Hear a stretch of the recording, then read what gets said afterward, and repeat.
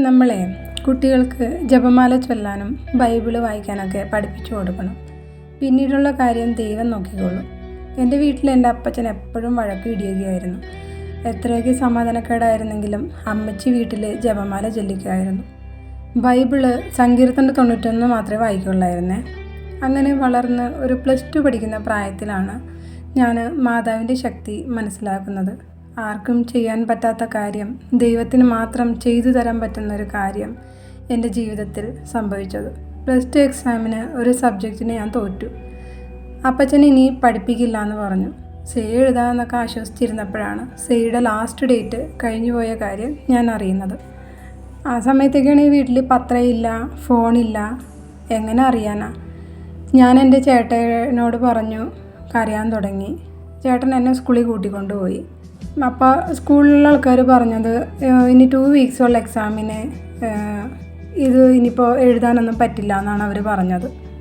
അപ്പോൾ കരഞ്ഞൊക്കെ പറഞ്ഞപ്പോൾ അവർ തിരുവനന്തപുരം ഹെഡ് ഓഫീസിൽ പോയിട്ട് സംസാരിച്ച് വരാൻ പറഞ്ഞു.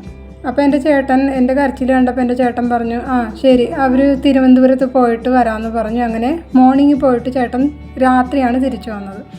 അത്രയും സമയം ഞാൻ എന്താ ചെയ്തതെന്ന് വെച്ചാൽ ഉപവാസം എടുത്തിട്ട് ജപമാല ചൊല്ലിക്കൊണ്ട് മാതാവിനോട് കരഞ്ഞ് പ്രാർത്ഥിച്ചു കൊണ്ടിരുന്നു. പിന്നെ കുറേ നേർച്ച അങ്ങോട്ട് നേർന്നു. എൻ്റെ ആ പ്രായത്തിൽ ഞാൻ നേർന്നത് ദിവസവും ജപമാല ചൊല്ലിക്കൊള്ളാം, പൂവ് വെച്ച് കൊള്ളാം, പാട്ട് പാടിക്കൊള്ളാം എന്നൊക്കെയാണ്.